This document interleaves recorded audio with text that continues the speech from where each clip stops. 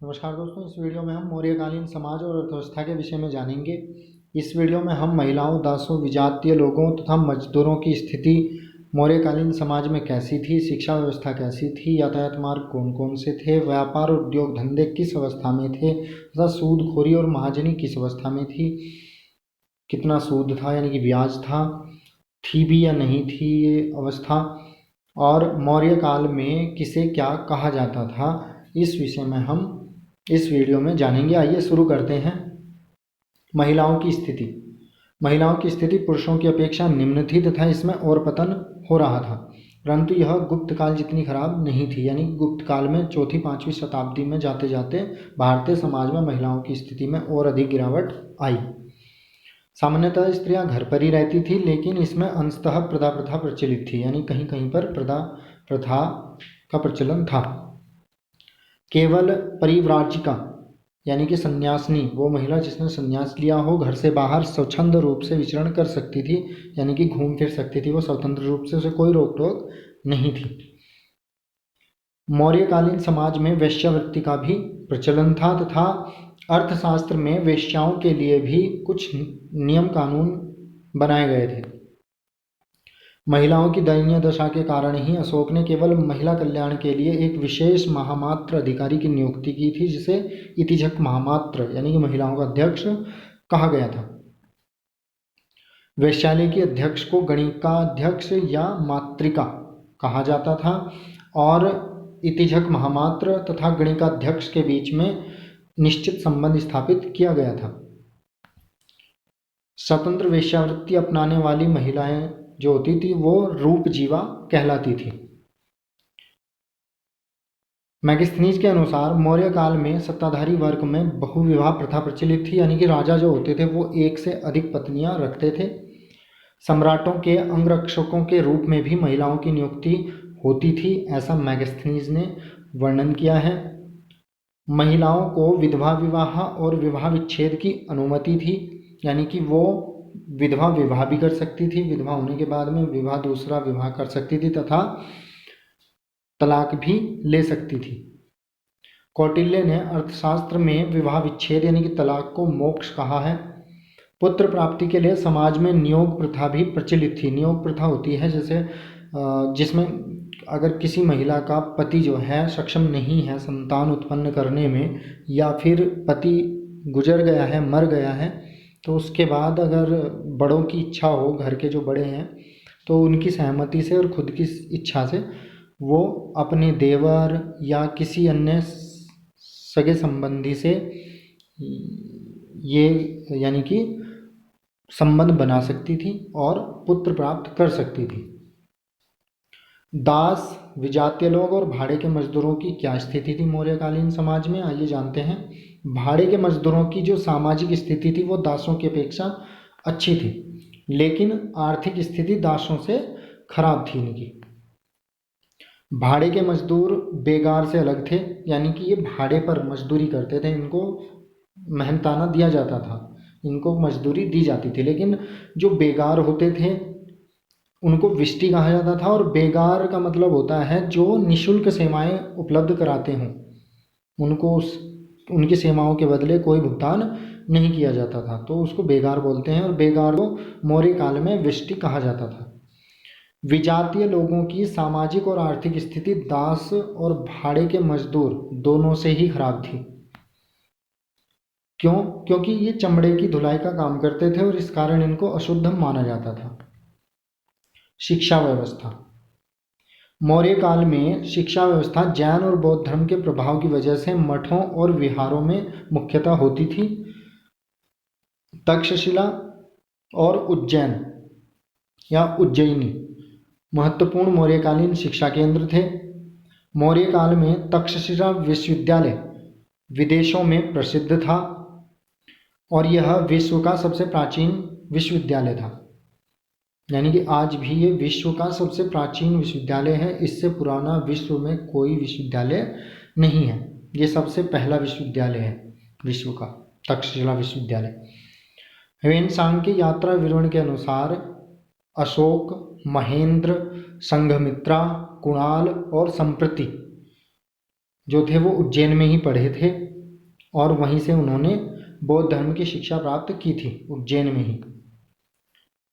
सम्राट अशोक ने उज्जैन में एक बौद्ध महाविहार यानी कि एक महाविद्यालय, बौद्ध महाविद्यालय महाविहार की स्थापना की थी, जिसमें बौद्ध धर्म, ज्योतिषी और नक्षत्र विज्ञान की शिक्षा दी जाती थी। जैन धर्म के संत स्वयंभू ने दर्श वैकालिक नामक ग्रंथ लिखा तथा आचार्य भद्रबाहु ने जैन ग्रंथों पर भाष्य लिखा। मौर्य काल में यातायात एवं व्यापार। समुद्री व्यापार पश्चिम के साथ और बर्मा के उत्तरी तट के साथ आयोजित किया जाता था। भारत और मिस्र का जो व्यापार होता था वो अरब सागर के बंदरगाहों से होता था। पूर्वी तट पर ताम्लुक यानी कि ताम्रलिप्ति बंगाल में और पश्चिमी तट पर भारूकच्छ यानी कि भड़ोच गुजरात में और सोपारा महाराष्ट्र में प्रमुख बंदरगाह थे मौर्य काल के। सड़क निर्माण और इनके रखरखाव के लिए एक खास अधिकारी अग्रोनोमोई का उल्लेख मैगस्थनीज ने किया है, यानी कि इस समय सड़कों के रखरखाव पर बहुत ध्यान दिया जाता था। कलिंग जो था जिसको अशोक ने जीता था, सामरिक दृष्टि से महत्वपूर्ण था और ये उत्तर तथा दक्षिण को जोड़ता था। जो मौर्य साम्राज्य के प्रांत थे, उत्तरी प्रांत और दक्षिणी प्रांत, उनके बीच में ये पड़ता था और उनको ये जोड़ता था, इसलिए इसकी विजय करना बहुत जरूरी था। मौर्य काल में महत्वपूर्ण आंतरिक व्यापार मार्ग थे कौन कौन से?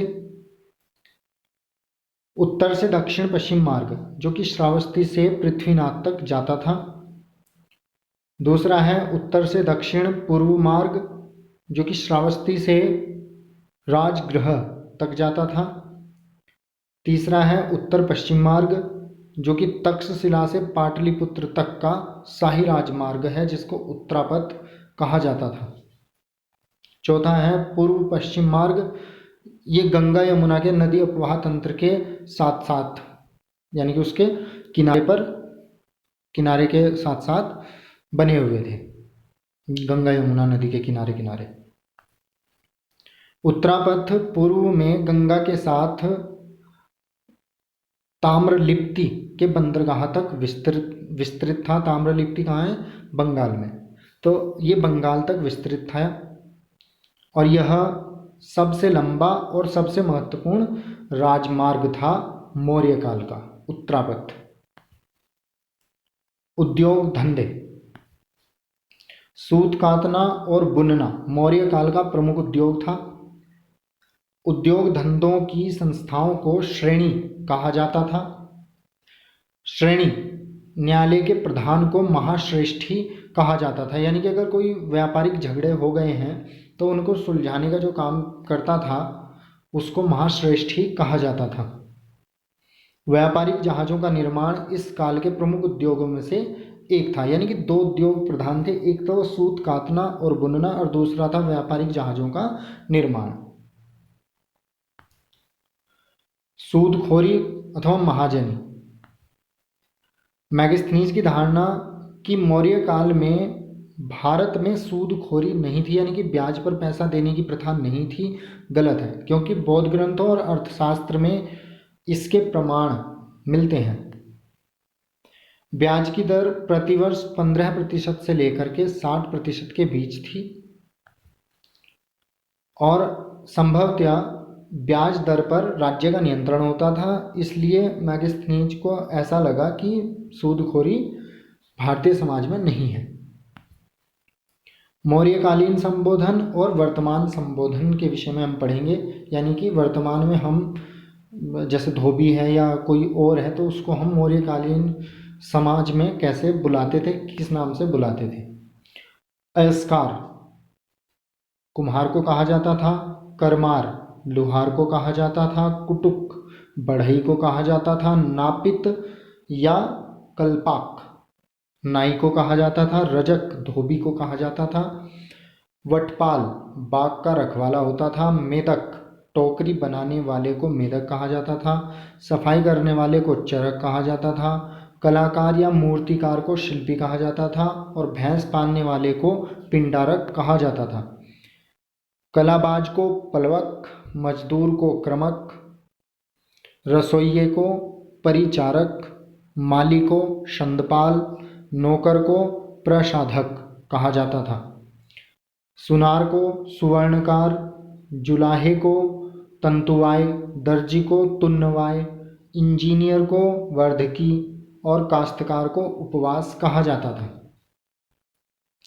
रस्सी बनाने वाले को रज्जुवर्तक, झाड़ू लगाने वाले को मर्जक, चमड़े का काम करने वाले को चर्मकार, भूस्वामी को क्षेत्रक, आयात को प्रवेश्य, यानी आयात मतलब विदेशों से जब सामान मंगाया जाता है उस प्रक्रिया को आज के समय में आयात कहा जाता था, इम्पोर्ट इंग्लिश में, तो उसको प्रवेश्य बोलते थे। निर्यात को यानी कि एक्सपोर्ट को निष्क्रम्य बोलते थे। सिंचाई को सेतु कहा जाता था। राजसी भूमि से प्राप्त आय या राजसी भूमि को सीता कहा जाता था। राज्य की मदद से सिंचाई प्रबंधन को सेतुबंध कहा जाता था। और प्रणय जो था उस समय एक आपातकालीन कर हुआ करता था जिसको प्रणय कहा जाता था।